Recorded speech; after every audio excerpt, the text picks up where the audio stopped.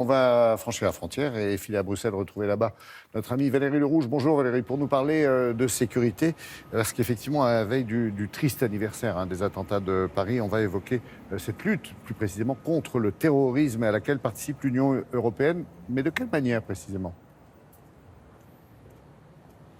Bonjour Laurent, bonjour à tous. Eh bien, il y a évidemment les gros chantiers dont on parle souvent, la surveillance des frontières extérieures de l'Union européenne pour éviter l'intrusion de djihadistes parmi les migrants. Il y a le travail de coordination, par exemple, des polices européennes. C'est le boulot de l'agence Europol située à La Haye. Et puis, il y a des choses plus techniques, plus marginales, certes, mais au résultat assez immédiat. Par exemple, le centre de recherche commun de la Commission européenne a mis au point un spray à base d'explosifs qui permet de mieux former les chiens renifleurs des brigades canines à détecter les explosifs. C'est tout sauf un gadget, car le principal explosif utilisé par les terroristes est très instable et il était difficile de former, de préparer les équipes de sécurité. Explication en images.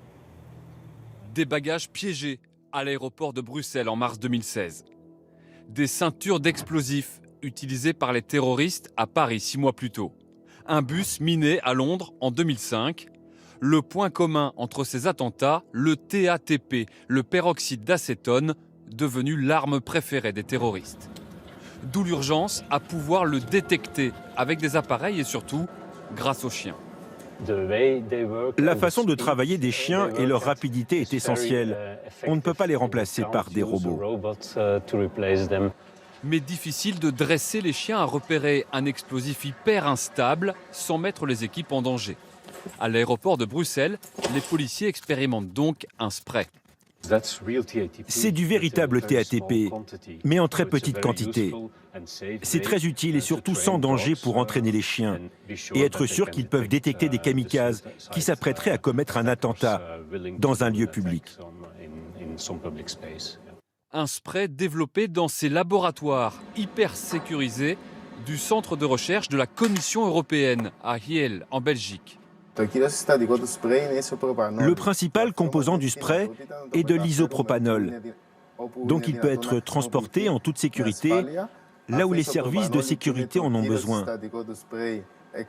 L'alcool s'évapore vite à l'usage du spray et laisse un peu de TATP à la surface, en infime quantité, sans danger. Un produit également utilisé pour tester l'efficacité des détecteurs au contrôle de sécurité des aéroports et développé pour tous les États membres de l'Union européenne. Et ce centre de recherche, Valérie, a d'autres missions que celle-ci ?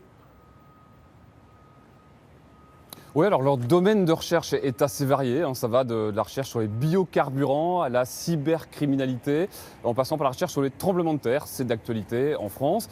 Ce centre de recherche commun regroupe quand même 3000 personnes salariées, réparties sur 6 sites, 2 en Belgique, il y en a en Espagne, en Italie, mais il n'y en a pas en France. Merci beaucoup Valérie, passez une belle journée à Bruxelles.